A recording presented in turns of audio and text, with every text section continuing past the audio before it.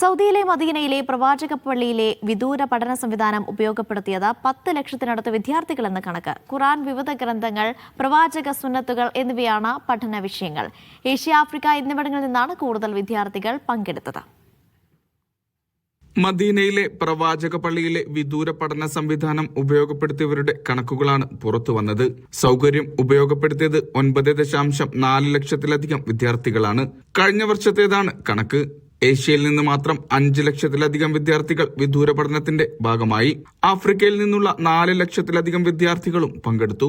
Europe, America, Australia തുടങ്ങിയ രാജ്യങ്ങളിൽ നിന്നും വിദ്യാർത്ഥികളുണ്ട്. വിശുദ്ധ ഖുർആൻ, വിവിധ ഗ്രന്ഥങ്ങൾ, പ്രവാചക സുന്നത്ത് തുടങ്ങിയവയാണ് പഠന വിഷയങ്ങൾ. ആധുനിക സാങ്കേതിക വിദ്യകൾ ഉപയോഗിച്ചായിരുന്നു ക്ലാസുകൾ. നിലവിൽ 170-ലധികം രാജ്യങ്ങളിലെ വിദ്യാർത്ഥികൾ പഠനത്തിന്റെ ഭാഗമാണ്. വിദ്യാഭ്യാസ മന്ത്രാലയത്തിന്റെ മേൽനോട്ടത്തിലാണ് പദ്ധതി പുരോഗമിക്കുന്നത്. Vishal Cherpulassery, media 1, Riyadh.